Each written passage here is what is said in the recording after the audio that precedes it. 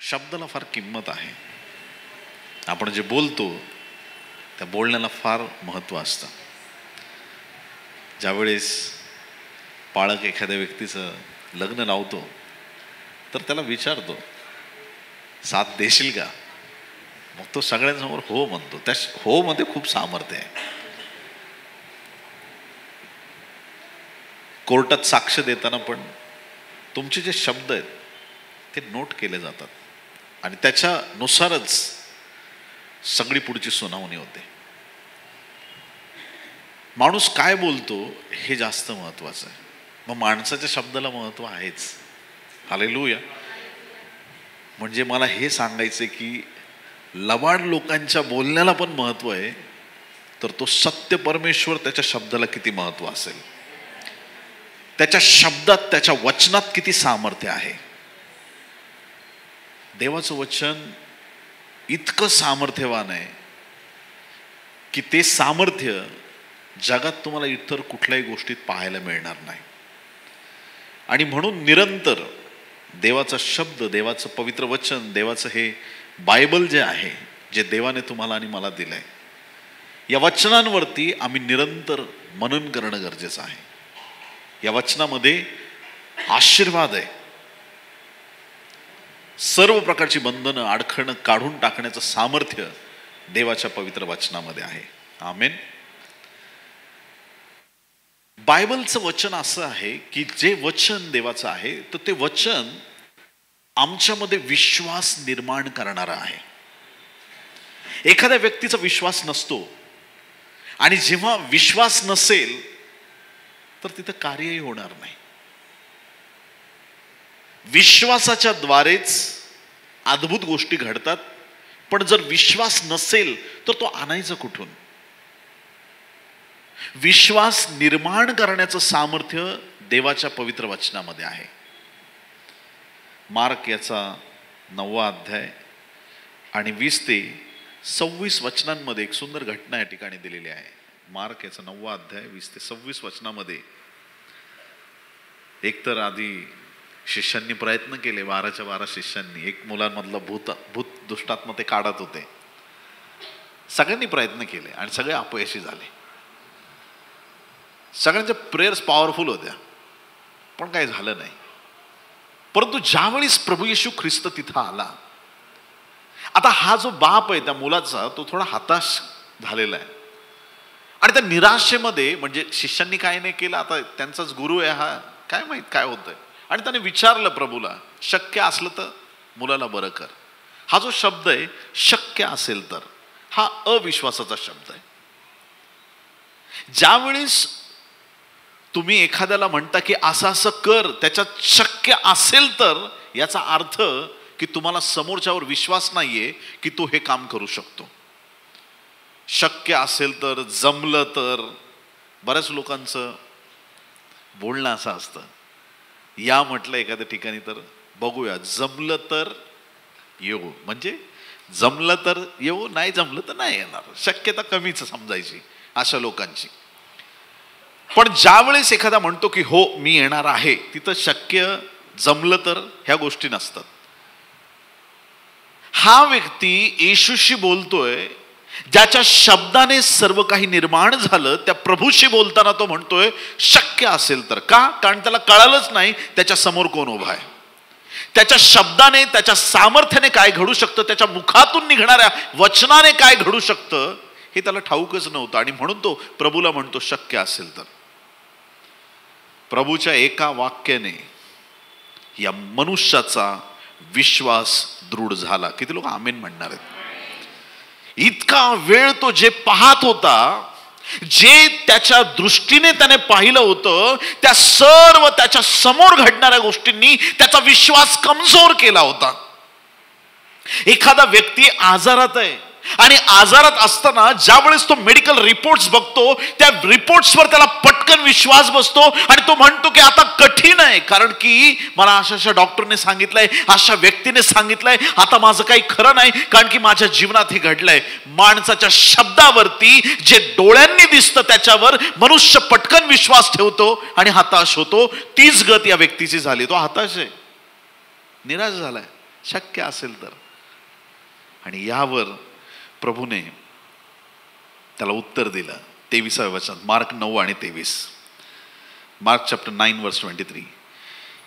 येशू त्याला म्हणाला, त्या बापाला, शक्य असेल तर असे कसे म्हणतोस? विश्वास बाळगणाऱ्याला सर्व काही, विश्वास बाळगणाऱ्याला सर्व काही शक्य आहे. हे जे एक वाक्य आहे ना, या वाक्याने त्या व्यक्तीच्या अंतःकरणात आग लावली प्रिया.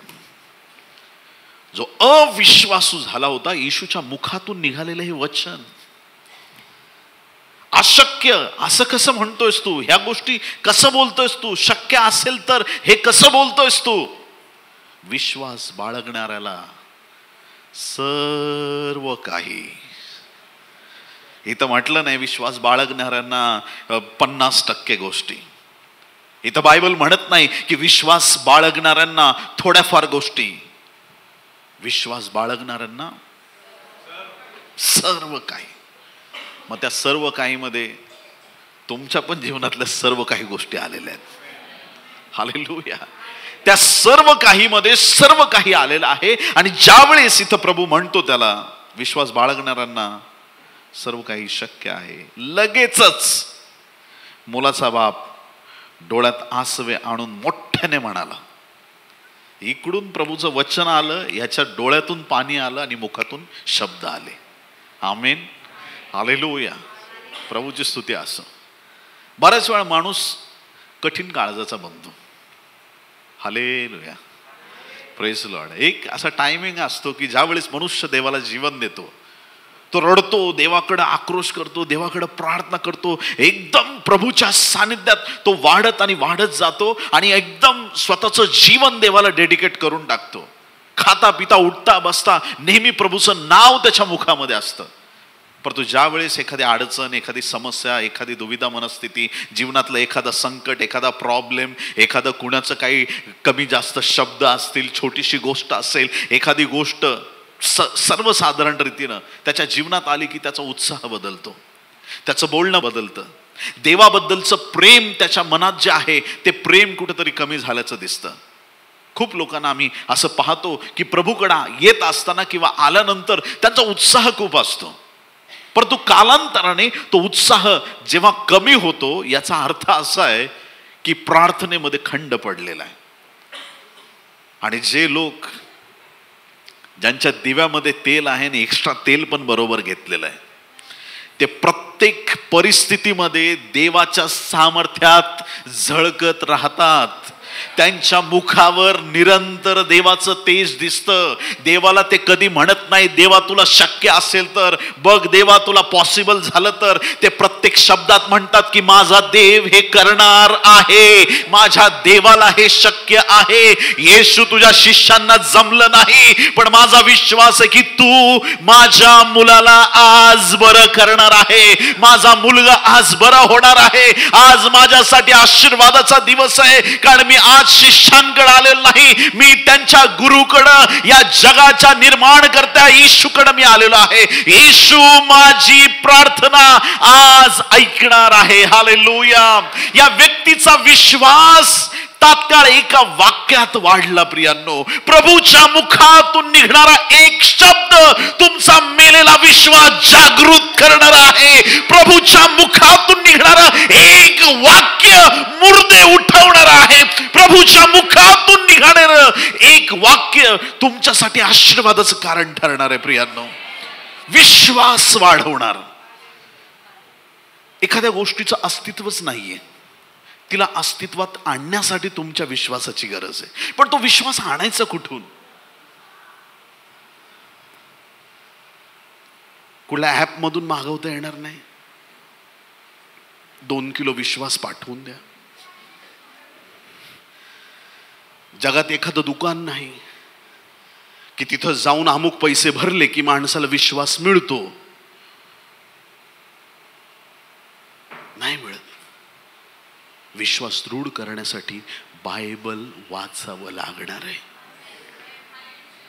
विश्वास वाढवण्यासाठी स्वतःलाच कळतं की माझा विश्वास कमजोर झालाय. पास्टर पण काही प्रॉफेसी नाही करत आहेत. ते ब्रदर पण खूप छान बोलायचे, त्यांचं तोंड पण असं माझ्याकडे बघून रागाने असं झालंय. त्या सिस्टर मला प्रॉफेसी करायच्या, त्या पण माझ्याशी बोलत नाही. तू सोड सगळ्यांना, तू बायबल घे, गुडघ्यावर ये आणि देवाशी बोलायला सुरुवात कर. ते वचन तुला स्ट्रॉंग करणार आहे. ते वचन तुझ्या विश्वासामध्ये भर घालणार आहे. जो तुझा मेलेला विश्वास आहे तो आज वचनाद्वारे पुनरुत्थित होणार आहे.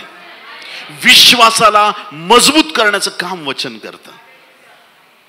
डोळ्यात डायरेक्ट आश्रू आणि मोठ्याने म्हणाला, काय म्हणाला तो? प्रभूजी माझा विश्वास आहे, माझा अविश्वास घालून टाका. माझा विश्वास आहे, माझा अविश्वास घालून टाका. एका वाक्यात त्याचं, प्रभूच्या एका शब्दात डायरेक्ट तसा पूर्णपणे कायापालट झाला. त्याचं बोलणं बदललं. ज्यांचे बोलणे नीट नसतात त्यांना बायबल वाचण्याची गरज आहे. आमीन, हालेलुया. एखादा डबा आहे, घरात खूप प्रकारचे डबे असतात. एक डबा साखरेचा असतो, तांदळाचा पण डबा असेल. तांदळाच्या डब्यातून साखर नाही काढता येणार. कचऱ्याच्या डब्यातून काय निघेल? कचऱ्याच्या डब्यातून कचराच निघणार आहे.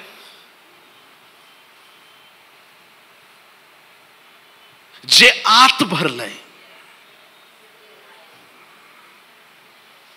शिव्या देणाऱ्याच्या आत जो होली स्पिरिटने भरलाय, कचरा बाहेर, आत नाहीच तर कुठून येणार?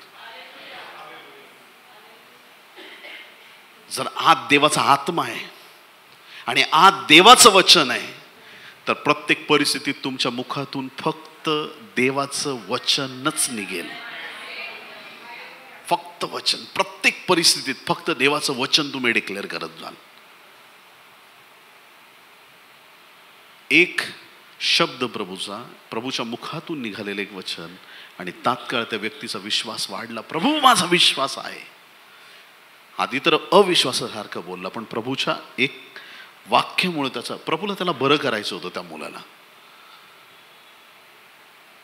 देवाची इच्छा आहे की आशीर्वादित करावं. मग त्याने आपल्याला आशीर्वादित करण्यासाठी ज्या गोष्टीत आम्ही उणे आहोत त्यात तो आपल्याला प्रबळ करतो, त्या योग्यतेचं करतो. 10 वर्षाच्या मुलाला ड्रायव्हिंगचं लायसन दिलं, काय होईल? काय रिझन असेल?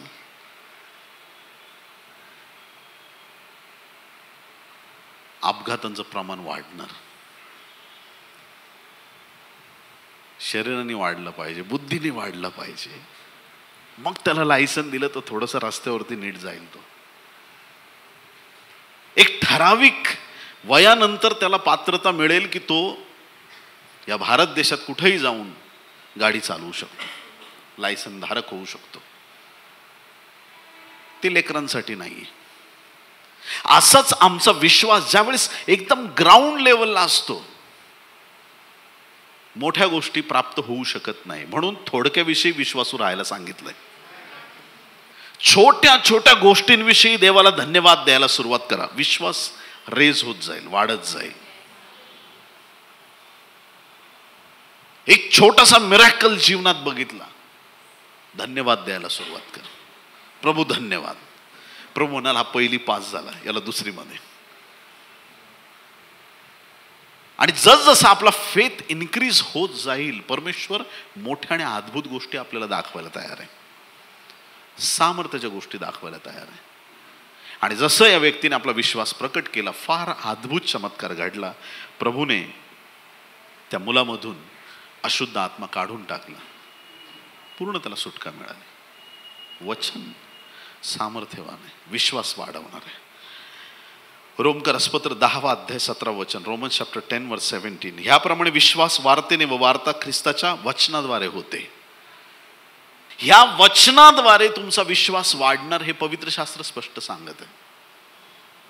मग आज जर आम्हाला विश्वासात प्रबळ व्हायचंय तर सगळ्यात पहिली गोष्ट आम्ही काय करणार आहेत? बायबल वाचायचं. बायबल वाचल्यावर कळतं आम्हाला अब्रामाच्या जीवनात काय झालं. मग एखादी बहीण आली, मूलबाळ नाहीये, प्रार्थना करा, तुम्ही काय म्हणणार? कठीण आहे, आम्हाला काही माहितीच नाही असं काही देव करू शकतो. तुम्ही म्हणणार मी वाचलंय बायबलमध्ये, 100 वर्षाचा अब्रामाला देवाने संतती देऊन आशीर्वादित केलंय, तुझ्यासाठी पण परमेश्वर काम करणार. ही वचनं आम्हाला विश्वास देणारी आहे. आमचा विश्वास वचनाद्वारे प्रबळ होतो. आमेन, हालेलुया. वचनाने विश्वास प्रबळ होतो. दुसरी महत्वाची गोष्ट की वचनाने आरोग्य प्राप्त होतं. बायबल वाचता वाचता तुम्हाला आरोग्य प्राप्त होणार. काय करता करता? बायबल वाचता वाचता आरोग्य प्राप्त होणार. आमेन. आरोग्य कुठं गरजेचं आहे आम्हाला? फक्त शरीराला नाही, आमच्या आत्म्याला पण आरोग्याची गरज आहे. आमच्या मनाला पण आरोग्याची गरज आहे. सगळ्या गोष्टी बॅलन्स पाहिजेत. एखादं शरीर एकदम हट्टकट्ट आहे पण मन असं एक झुरळ बघितलं तरी डायरेक्ट खुर्चीवर उभा राहतो बघून. नॉर्मल बिहेवियर आहे. या ठिकाणी बायबल सांगतं, स्तोत्रसंहिता 107 अध्याय आणि 20 वचन, साम चॅप्टर 107 वर्स 20, तो आपले वचन पाठवून त्यांना बरे करतो, नाशापासून त्यांचा बचाव करतो. काय पाठवतो? वचन पाठवून देव बरं करतो त्याच्या लोकांना. वचन पाठवतो. प्रभूच्या वचनामध्ये आरोग्य आहे. प्रभूचं वचन ज्यावेळेस आमच्याकडे येतं त्या वचनाने आम्हाला आरोग्य प्राप्त होतं. प्रभूचं वचन, देवाच्या वचनात आरोग्य देण्याचं सामर्थ्य आहे. तुमच्या दुःखात, तुमच्या अडचणीत, वेदनेत कोणाचा फोन लागला नाही तरी चालेल. Praise the Lord. एक कॉल फक्त वरती बापाला करा, हॅलो पप्पा, हॅलो डॅडी, मी आजारी आहे, हॅलो, तुझ्या वचनात लिहिलंय. हो बेटा मला माहिती आहे, चल बरा झालास तू. हालेलुया. त्याचं सामर्थ्य वचनामध्ये आहे. ते वचन आम्हाला आरोग्य देणारं आहे. आणि किती आजारापासून? सर्व आजारापासून. ज्यावेळेस हा शताधिपतीचा चाकर आजारी होता, शताधिपती प्रभू येशू ख्रिस्ताकडे आला. शताधिपती 100 लोकांच्या पेक्षा जास्त लोक हाताखाली होते त्याच्या, खूप मोठा अधिकारी. आणि त्याला माहित होतं की मी जेव्हा एखाद्याला म्हणतो ये तर तो येतो. ताबेदार माणूस आहे. ताबेदार म्हणजे हेड आहे, कंट्रोल करणारा माणूस आहे. आणि तो म्हणतो की मला ठाऊक आहे, माझ्याकडे चाकर आहेत, मी त्यांना म्हटलं नाही ये तर ते येतात, जा म्हटलं तर जातात. माझी पॉवर फक्त लोकांना अधिकार गाजवण्याची. तुझी पॉवर आजारांवरती आहे. तुझे शब्द आजारांना हकलू शकतात. तुझ्या बोलण्यात सामर्थ्य आहे, कारण की तू देवाचं वचन आहेस. प्रभू म्हटलं चल मी तुझ्या घरी येतो. तू माझ्या घरी, माझी लायकी नाहीये. शताधिपती त्याने ओळखलं, हा स्वर्गातला राजा आहे. माझ्या कुठं घरामध्ये त्याला घेऊन जाणार मी? काय माझी पात्रता आहे? प्रभू शब्द मात्र बोला. हालेलुया. मत्तई 8:8 मध्ये त्याने प्रभूला विनंती केली. मत्तई 8:8 मध्ये, आपण माझ्या छपराखाली यावे अशी माझी योग्यता नाही, पण शब्द मात्र बोला म्हणजे माझा चाकर. प्रभूच्या मुखातून एक शब्द निघताच, ज्या टायमिंगला तो बोलला त्याच घटकेला चाकर तिकडे घरी बरं झाला. त्याच घटकेला. परमेश्वर कधी पण ऑन टाइम असतो. किती लोक आमेन म्हणतील? हालेलुया. प्रभूचं काम एकदम परफेक्ट असतं. परफेक्ट, एकदम राईट टायमिंगला प्रभू काम करतो. अगदी योग्य समयी परमेश्वर काम करतो. इकडं प्रभू बोलला, तिकडे चाकर बरा झाला घरी. कसा? शब्दाने. शब्द प्रभूच्या मुखातून निघणारं वचन. वचन आरोग्य देणार आहे. जेवढी जास्त वचनं मनन करता येतील तेवढी जास्त वचनं बुद्धीत, ज्ञानात, अंतःकरणात, आत्म्यात स्टोअर करून घ्या. आणि ती वचनं डिक्लेअर करायला सुरुवात करा. लोक म्हणतील तू गरीब आहेस, भिकारी आहे, त्यांना म्हणा अरे राष्ट्रांची संपत्ती माझ्याकडे येत आहे येडा. माझ्या बायबलमध्ये लिहिलंय माझा बाप श्रीमंत आहे, तो सर्व शक्तिमान परमेश्वर आहे. मी दीन दरिद्री कंगाल नाही, त्याच्या दारिद्र्याने मी धनवान झालो आहे. तुमची संपत्ती जगातली संपून जाईल, माझ्याकडे स्वर्गीय राज्यातली संपत्ती आहे. मी आशीर्वादित आहे. ज्यावेळेस तुम्ही डिक्लेरेशन करता, तुम्हाला हिणवणारे तुम्हाला सॅल्यूट मारतील. Yes sir. ज्यांनी तुम्हाला कमजोर दाखवलं तेच तुमच्या पुढे उभे राहून म्हणतील की खरंच तुझा देव जिवंत आहे, तुझा देव जिवंत आहे, तुझा देव जिवंत आहे. देवाच्या प्रिय लोकांनो, प्रभूच्या वचनात आरोग्य देण्याचं सामर्थ्य आहे. वचन वाचत चला. पहिली गोष्ट आपण शिकलो, प्रभूच्या वचनाने विश्वास वाढणार. विश्वास नसला तरी निर्माण होईल वचनाने. वचनाने काय होतं? निर्माण होतं. देव काय करतो? जग घडवताना आकाश हो काय केलं?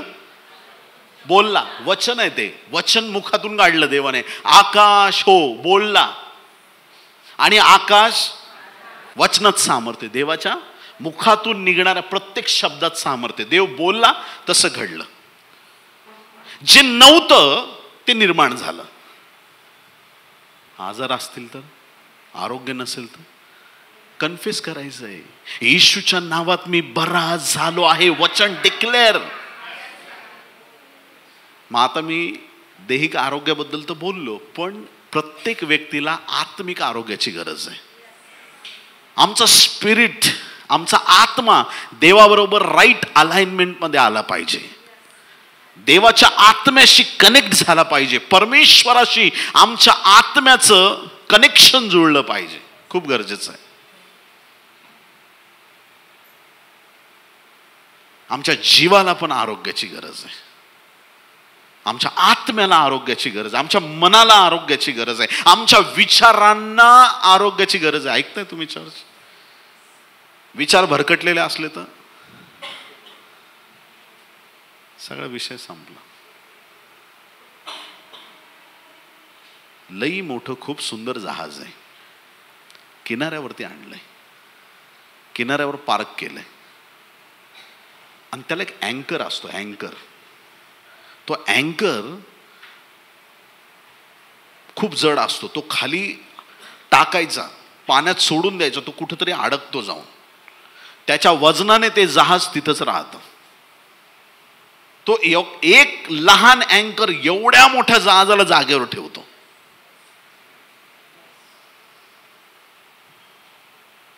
तसा आमच्या जीवनाला पण अँकर असला पाहिजे. Praise Lord. काय करू, मला कंट्रोल नाही होत. हा शब्द तुम्ही ऐकला नसेल कधी, मी फार वेळा ऐकलाय. राग कंट्रोल नाही होत, कंट्रोल नाही होत. खाणं, तोंडावर कंट्रोल नाही काही लोकांचा. हालेलुया. बोलण्यावर कंट्रोल नाही काही लोकांचा. हालेलुया. कळते तुम्हाला?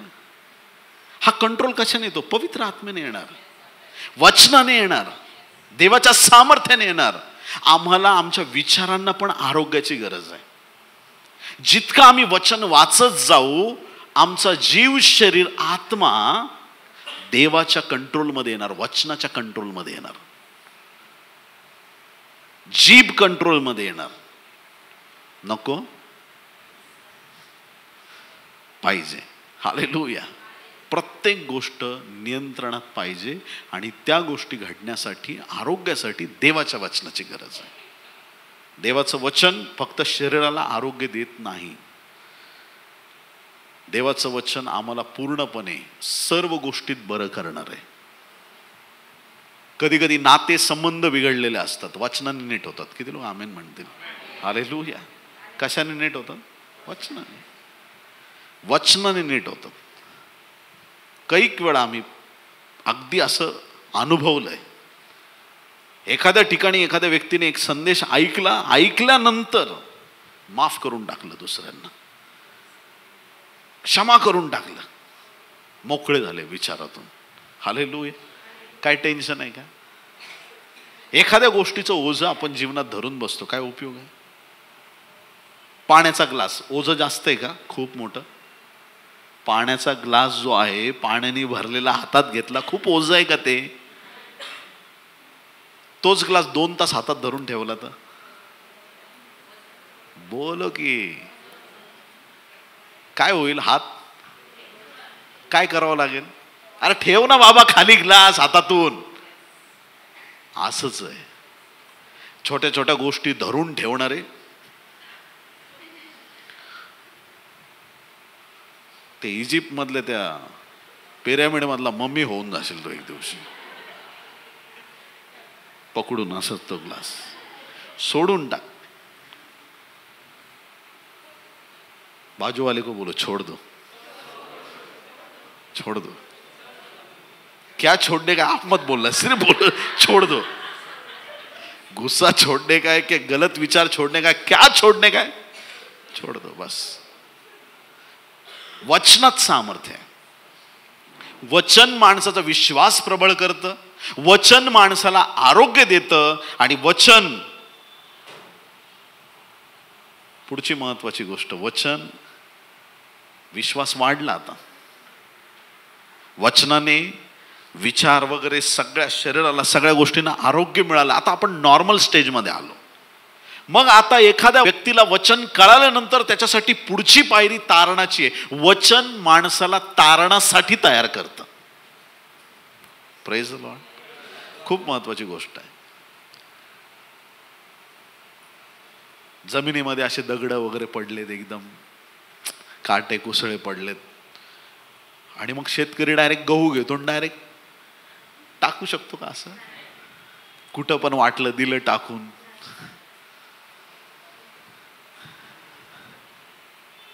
नाही टाकता येणार. त्याला जमीन पहिली प्रिपेअर करावी लागेल. काटे कुसळे काय असतील सगळं नांगरून सगळा केर कचरा एकदम काढून टाकावा लागेल. दगड गोटे खोटे काम जे काय असेल सगळं निचरून काढावं लागेल, साफ करावी लागेल जमीन, आणि मग त्याच्यात नांगरून बीज पेरल्यानंतर मग पीक येणार, भरघोस पीक येणार. बिना साफसफाईचं बीज पेरलं उगवणार नाही. अंदर का कचरा साफ किए बगैर वचन को लेना मतलब कुछ फायदा नहीं है. पहले अंदर से साफ होना पड़ेगा. आधी अंतकरणाला पहिलं नांगरून घेणं गरजेचं आहे. आणि ते नांगरत असताना त्या नांगरामध्ये काय काय अडकून बाहेर येईल सांगता येत नाही. ख्रिस्तात येणं म्हणजे सोपी गोष्ट नाही. उपटून काढतो परमेश्वर सगळ्या जुन्या रागाला, सगळ्या 10, 20, 30 वर्षापूर्वी फार जुन्या गोष्टी मनात ज्या घर करून राहिल्यात, ख्रिस्तात आल्यावर डायरेक्ट तुम्ही त्या काढून टाकता. माफ. ज्यांनी माझा अपराध केलाय त्यांना मी माफ करतो प्रभू. द्वेष, राग, मत्सर सगळ्या नको असलेल्या गोष्टी मनातून जीवनातून निघून जातात. देवाचं वचन तारणासाठी आम्हाला तयार करणार आहे. आमेन. प्रेषितांच्या कृत्याच्या 2ऱ्या अध्यायामध्ये पेंटिकॉस्टचा दिवस आहे, आणि 1 पासून पुढे तुम्ही वाचत याल तर तुम्हाला पाहायला मिळेल की कशा प्रकारे पेंटिकॉस्टच्या दिवशी देवाचा आत्मा उतरून आला माडीवरच्या खोलीत. 120 जण बसले होते माडीवरच्या खोलीत प्रार्थना करीत. किती लोक? 120. त्याच्यापैकी किती लोकांवर आत्मा उतरला? 120. जेवढे होते तेवढ्या सगळ्यांवरती. अर्धे नाही, किंवा फक्त ते शिष्य होते 11 त्यांच्यावरती नाही, लिमिटेड लोकांवरच नाही, फक्त पुरुष इकडे या तुमच्यावरतीच आत्मा देतो देव असं म्हटलं नाही.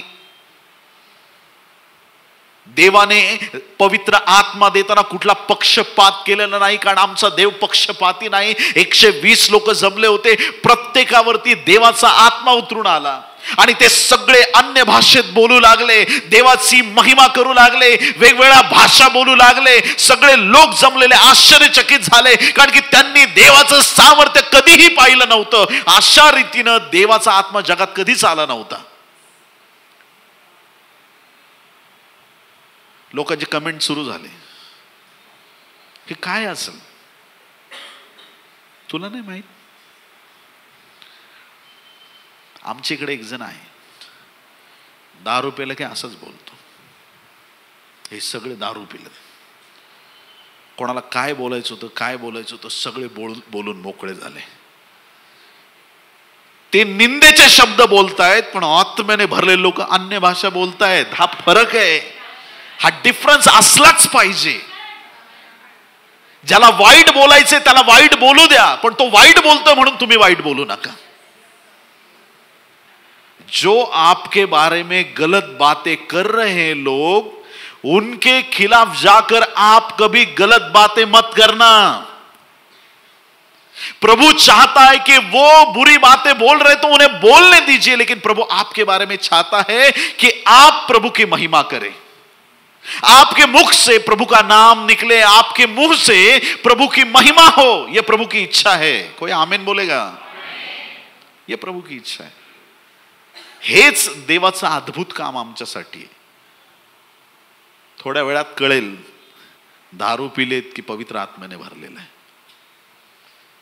ते बाहेर येऊन भांडायला नाही लागले, कसं काय बोललात तुम्ही दारू पिलात? हा, देवाच्या लोकांना असं बोलता का तुम्ही? काढू का आंदोलन तुमच्यावरती? घेऊन येऊ का मोर्चा 120 जणांचा तुमच्यावरती? काय गरज नाहीये. किती लोक आमेन म्हणणार? त्या 120 जणांच्या गर्दीतून एक जण उभा राहिला, त्याचं नाव होतं पेत्र. हा व्यक्ती असा होता की जो मासे धरणारा होता.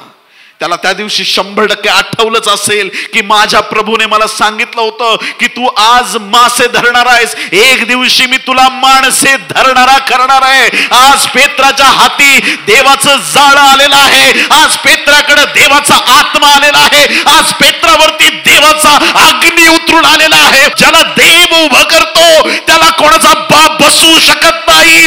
ज्याला देव बोलायला लावतो त्याचं मुख कोणी बंद करू शकत नाही. ज्याला देव चालवतो त्याला कोणी थांबवू शकत नाही. पेत्र उठला, पेत्र बोलू लागला. पेत्राच्या भाषणामध्ये सगळे आश्चर्यचकित झाले. काय पवित्र आत्म्याचं सामर्थ्य, काय पवित्र आत्म्याचं सामर्थ्य. त्याच्या बोलण्याने सगळे थक्क झाले. हेच विचार करत असतील, मासे मारा अडाणी अनपड गवार, काय याला काय माहित नाही, हा एवढं सामर्थ्याचं कसं बोलू शकतो. त्यांना त्यांचं मत बदलावं लागलं आणि त्यांना कळालं की देवाचा आत्मा पेत्राच्या मुखातून बोलत आहे. डायरेक्ट जम्प करूया प्रेषित 2:37 वरती. Acts chapter 2:37. प्रेषित 2:37. हे ऐकून म्हणजे काय? पेत्राचं बोलणं ऐकून, हे ऐकून त्यांच्या अंतःकरणात चुटपुट लागली. आमेन, हालेलुया.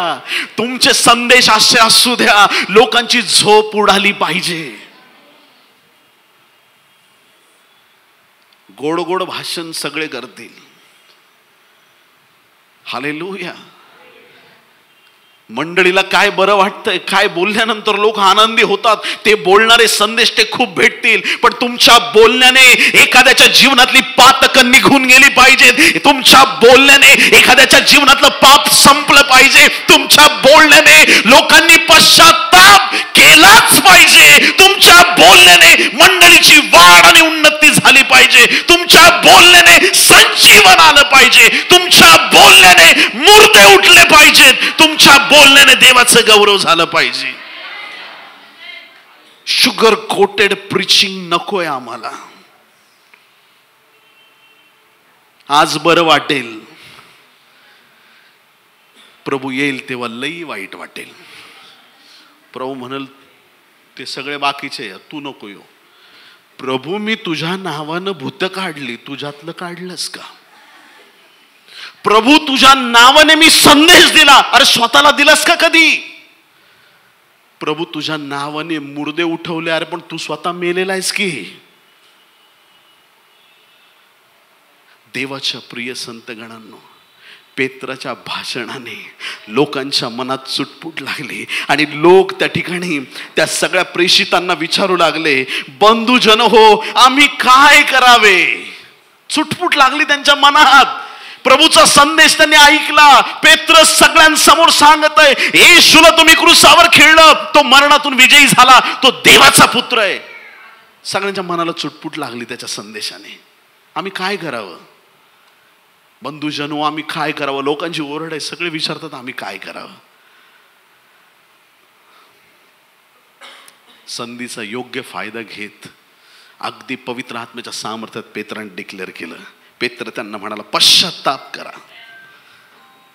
सगळ्यात महत्वाची गोष्ट, पश्चाताप करा व तुमच्या पापांची क्षमा व्हावी म्हणून तुम्ही प्रत्येक जण येशू ख्रिस्ताच्या नावाने बाप्तिस्मा घ्या, म्हणजे तुम्हाला पवित्र आत्म्याचे दान प्राप्त होईल. आमेन. पेत्राला बोलण्याचा अधिकार आहे, कारण त्याला पवित्र आत्म्याचं दान प्राप्त झालंय. सरळ स्पष्ट रीतीने सांगतो, पश्चाताप करा, पश्चाताप करा. प्रभू येशू ख्रिस्तावर विश्वास ठेवण्यासाठी त्यांना तयार केलं. हे कधी घडलं? पेत्राच्या मुखातून वचन निघाल्याच्या नंतर. वचनाने लोकांना तारणासाठी तयार केलं. हालेलुया. वचन कशासाठी? तारणासाठी तयार करतं वचन. आणि म्हणून देवाच्या प्रिय लोकांना, देवाच्या वचनाचं आम्ही निरंतर मनन केलं पाहिजे. वचन विश्वास वाढवतं, वचन आम्हाला आरोग्य देतं, वचन आम्हाला तारणासाठी तयार करतं. आणि पुढं आणखीन गेलं तर आपल्याला कळतं की वचन आपल्याला तारण प्राप्तीसाठी मदत करतं. हालेलुया. वचनाने तारण आहे. किती लोक आमेन म्हणते? हालेलुया. खूप महत्वाचं. Praise Lord. एक तर पहिलं प्रिपेअर पण करेल आणि तिथं सोडून देणार नाही. हे देवाचं जिवंत वचन आहे. या वचनाद्वारे पहिले पेत्र पहिला अध्याय 23 वचन, या वचनाने आम्हाला काय प्राप्त झालंय? कारण तुम्ही नाशवंत बीजापासून नव्हे तर अविनाशी बीजापासून, म्हणजे देवाच्या जिवंत व सर्व काळ टिकणाऱ्या शब्दाच्या द्वारे पुन्हा जन्म पावलेले आहात. आमचा नवा जन्म कशाने झाला? वचनाने. देवाच्या वचनाने आम्हाला नवा जन्म दिलेला आहे. जुनं पण कशाने जातं? देवाच्या वचनाने. जुने विचार, जुन्या गोष्टी, देवाला नको असलेल्या गोष्टी कशाने निघून जातील? देवाच्या वचनाने. ह्या वचनावर आमचा पूर्ण विश्वास असला पाहिजे. वचन आमच्या मनाची पण तयारी करेल तारणासाठी, आणि वचन आम्हाला तारणाप्रत घेऊन जाईल. हेच वचन आम्हाला नव्याने जन्मण्यासाठी कृपा पुरवणार आहे. वचन एवढं महत्वाचं आहे. आणि नवा जन्म झाला म्हणजे नाव कुठं लिहिलं जाणार? कुठं? रॅशन कार्ड कुठं लिहिलं जाणार आपलं नाव? जीवनी पुस्तकात. हे साधारण पुस्तक नाहीये, जीवनी पुस्तक. इकडे जीवनात येशूचं नाव लिहा, तिकडे येशू त्याच्या पुस्तकात तुमचं नाव लिहिल. असले कलाकार लोक देवाच्या राज्यात आहेत. देवाच्या आधीन असलं, मला देवाने आज अन्य भाषा दिली, मग काही 2-4 महिन्यात पापात पडला, अन्य भाषेत करतो का प्रयोग? विसरलो. विसरला म्हणजे काय पाठ करून यायला लावलं होतं का तुला? काय हे? बायबलच्या वचनाने आम्हाला नवा जन्म प्राप्त होतो. नवा जन्म म्हणजे माणूस एकदम ट्रान्सफॉर्म होतो प्रियांनो, कम्प्लीट ट्रान्सफॉर्म. जुनं बोलणं वागणं काहीच राहत नाही. खरं तारण मिळालेला व्यक्ती कोण आहे माहिती का? येशूला प्राप्त केल्यानंतर सगळ्या गोष्टी बदलल्या पाहिजेत. येशू नसताना ज्या काही चुकीच्या गोष्टी जीवनात होत्या त्या 100% त्या डिसअपिअर झाल्या पाहिजेत. आणि आम्ही एकदम नवीन झालो पाहिजे. आमच्याशी बोलताना वागताना लोकांना आमच्यात 100% बदल दिसला पाहिजे. तर आम्ही खरंच तारण पावलेले लोक आहोत. नाही तर अजूनही आम्हाला तारणाची गरज आहे.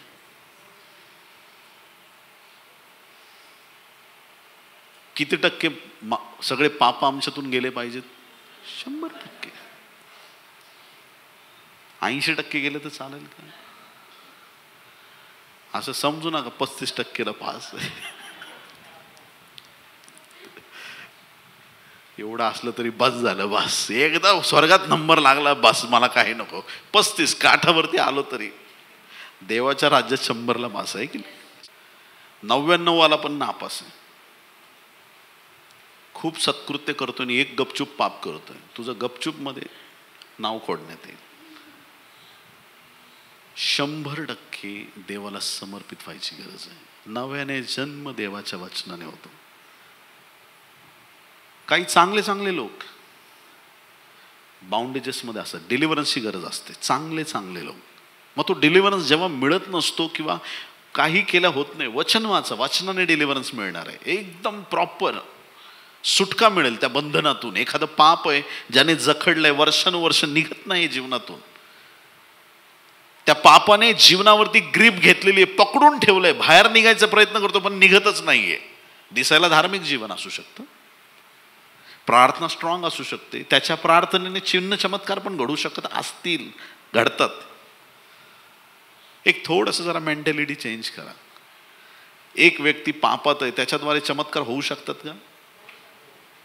एक व्यक्ती पापात आहे, त्याच्याद्वारे चमत्कार होऊ शकतात का? होऊ शकतात.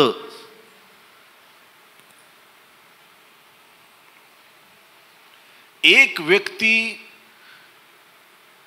देवापासून खूप दूर आहे, त्याच्याद्वारे मिरॅकल होऊ शकतात का? होऊ शकतात.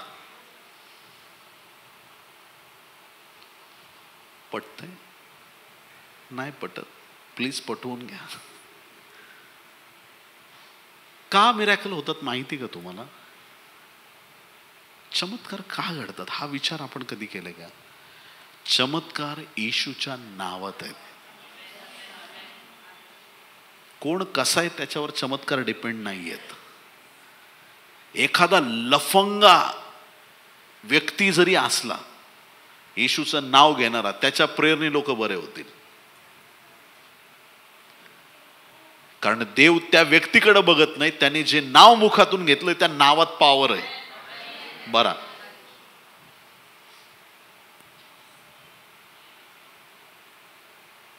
प्रभू ज्यावेळेस येईल ना, प्रभूजी प्रभूजी म्हणणारे खाली राहतील. मी तुम्हाला आज एक सिक्रेट सांगतो, ऐकायचं?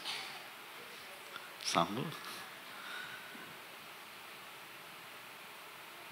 काही लोक जगात आज असे आहेत, खोट्या प्रॉफेसीज करतील, फेसबुकवर शोधतील, ह्या व्यक्तीने आडनाव सांगितलं, हा कोण असेल, कुठला असेल, शोधून शोधून शोधून त्याचे मित्र कोण, तुझं नाव असं, तुझी जन्मतारीख तशी. मी सगळ्या प्रॉफिट बद्दल नाही, मी काही प्रॉफिट बद्दल बोलतोय. काही प्रॉफिट पूर्ण लॉस मध्ये चाललेले आहेत.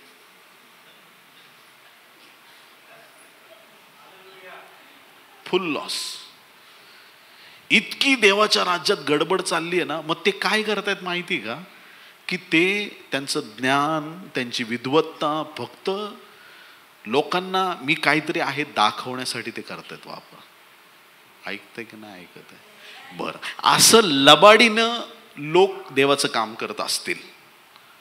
जे लोक ऐकणार आहेत ते सगळे तारण पावतील, ते स्वर्गात जातील. पण हा सांगणारा लबाड, तिकीट कॅन्सल, तुला RAC नाही, तुला कन्फर्म नाही, TC दारात उभा आहे गॅब्रियल, ए बाबा तू बाहेर निघ पाहिला, तुझं तिकीट नाहीये गाडीचं. तो म्हणाला, अरे माझ्याकडे तिकीट आहे, हे कन्फर्म झालेलं नाहीये, तू खाली उतर पाहिला.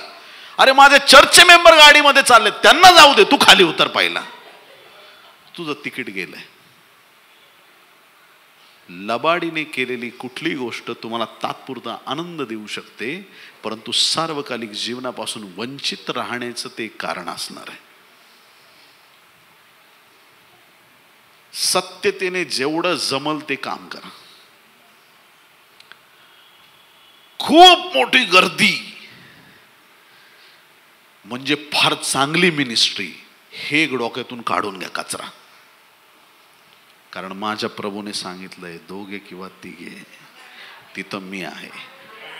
कदाचित एखादी मंडळी एखाद्या गावात खेड्यात कुठेतरी छोटीशी मंडळी असेल, विरोध होतोय, सगळे गावकरी आमच्यावर थुंकतायत, आमच्याशी कोणी नीट बोलत नाही, नीट वागत नाही, पण आम्ही येशूमध्ये टिकून आहे, आम्ही 2-3च परिवार आहेत, आम्ही एवढेच लोक आहेत. घाबरू नका, प्रभू तुमच्यामध्ये आहे, तुम्ही आशीर्वादित लोक आहात. त्या सगळ्या वाईट परिस्थितीत तुम्ही टिकून राहिलात आणि त्यामुळं माझा देव तुम्हाला रिवॉर्ड देणार आहे, माझा देव तुम्हाला पारितोषिक देणार आहे. त्या कठीण परिस्थितीत तुमचा विश्वास तुम्ही सोडलेला नाही, वचनात टिकून राहिलेले आहात. प्रभू येईल तेव्हा तुमचं पारितोषिक मोठं आहे.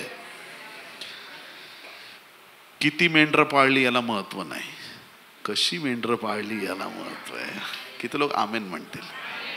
म्हणजे मी असं म्हणत नाही सगळ्या मोठ्या मंडळ्या वाईट आहेत. लोक कधी कधी वेगळ्या अँगलने बघतात, काय माहीत, मोठ्या मंडळ्या असतील आणि सगळेच उद्धारलेले आणि चांगले लोक असतील, पॉसिबल आहे. पण हे मनात ठेवू नका की मोठ्या मंडळ्या म्हणजेच चांगल्या. चूक. देवाच्या वचनाच्या द्वारे आम्हाला नवा जन्म प्राप्त होतो. तो नवा जन्म आम्हाला प्राप्त करणं गरजेचं आहे.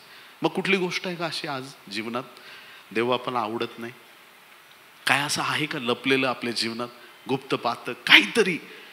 का आज रात्री प्रभू येशू आल्यानंतर मग मला खटखट खटखट आठवायला चालू झालं, हा हे ते, हा मी असं केलं तसं केलं, हा माझं ऑफरिंग तर बरोबर चाललंय, माझा दशमांश चाललाय, माझं हे चाललंय, माझं ते चाललंय, अरे पण मी ते पाप करतोय लपून, माझ्या जीवनात ते चुकीचं आहे.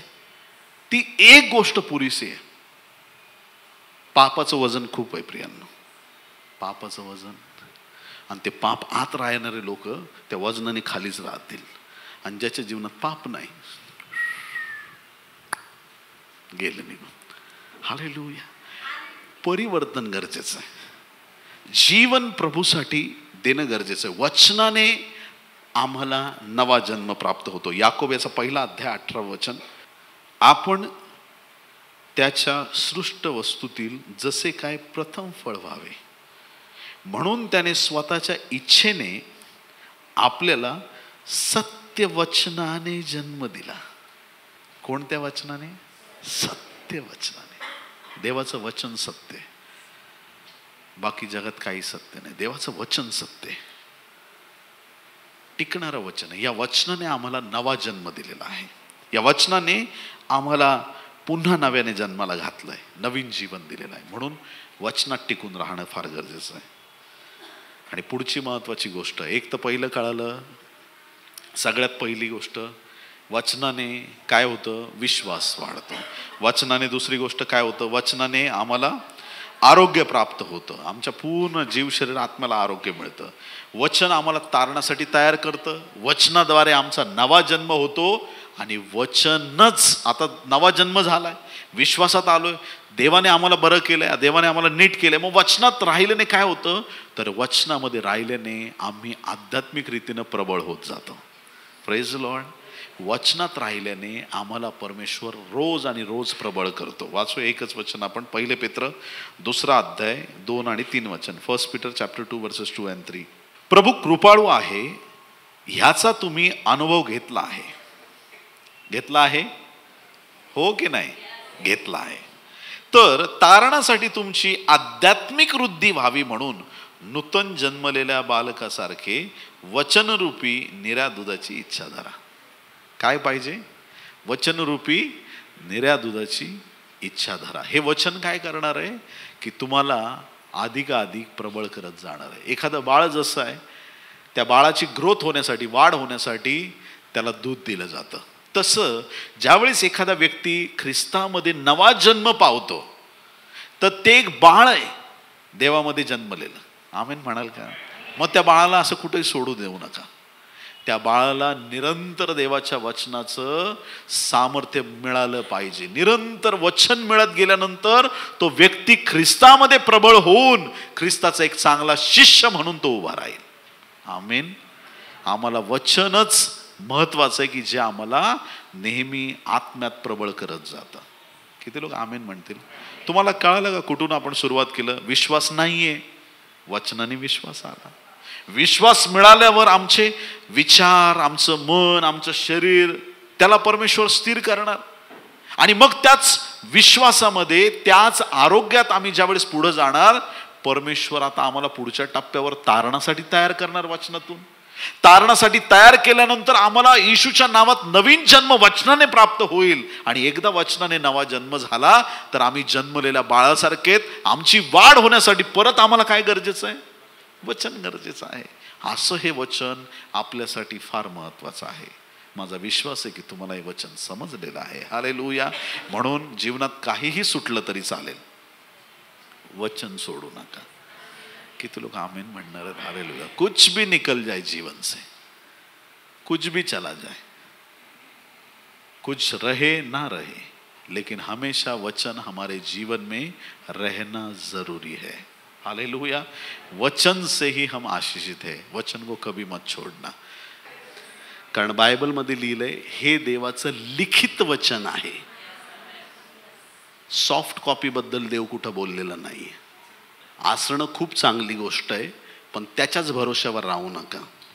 हे लिखित वचन आहे. प्रत्येकाकडं स्वतःचं बायबल असलं पाहिजे. अख्ख्या घराला मिळून एक नको.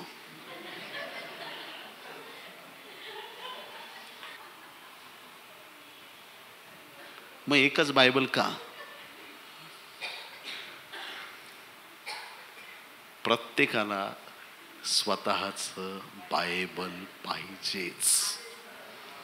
नसेल तर विकत घ्या, खर्च करा. Praise Lord. आपल्याकडे बायबल असलं पाहिजे, खूप गरजेचं. आज जे पण आपण ऐकलं ते सगळं बायबल विषयीच ऐकलं आपण. या वचनामध्ये एवढं सामर्थ्य. मग आपल्याकडं नेहमी आपण तो वचनाचा ठेवा आपल्याकडे ठेवला पाहिजे. आमेन म्हणणार का? आमेन. ते वचन आपली खूप उन्नती करणार. या आपले डोळे बंद करू, आपण एक लहानशी प्रार्थना करूया. प्रेमळ स्वर्गीय देवा, प्रभू येशू ख्रिस्ताच्या पवित्र नावात आम्ही तुझ्या चरणाशी येतो. जी वचनं आज आम्ही वाचली, मनन केलं प्रभू, आमच्या अंतःकरणाचं तू ठाव घेतलास. तुझं वचन अगदी प्रभू अविश्वासी माणसाला तारण प्राप्त करून देऊन ख्रिस्ताचा एक प्रौढ असा शिष्य बनवण्याची ताकद तुझ्या वचनामध्ये आहे. ज्या मी टप्प्याटप्प्याने प्रभू तुझ्या गूढ आणि गहन गोष्टी पाहिल्या, त्याद्वारे प्रभू तू प्रत्येकाला आज ही मानसिकता दिलीस की वचनाशिवाय प्रभू आमच्या जीवनात काही नाही. वचनाला आम्ही सगळ्यात जास्त महत्त्व देणं गरजेचं आहे. तुझ्या पवित्र वचनात सगळ्यांना प्रबळ कर. त्या वचनाद्वारे प्रत्येकाचं जीवन परिवर्तित कर. त्या वचनाद्वारे विश्वास वाढू दे. वचनाद्वारे आरोग्य प्राप्त होऊ दे. वचनाद्वारे आध्यात्मिक दृष्टीने सर्वांना प्रभू स्थिराव प्रभू आणि तुझं गौरव होऊ दे. पिता धन्यवाद, आज आमची प्रार्थना ऐकली. ही सर्व प्रार्थना विनंती उद्धारक येशू याच्या गोड पवित्र आणि सर्वोच्च नावात मागतो म्हणून पिता ऐक. आमेन.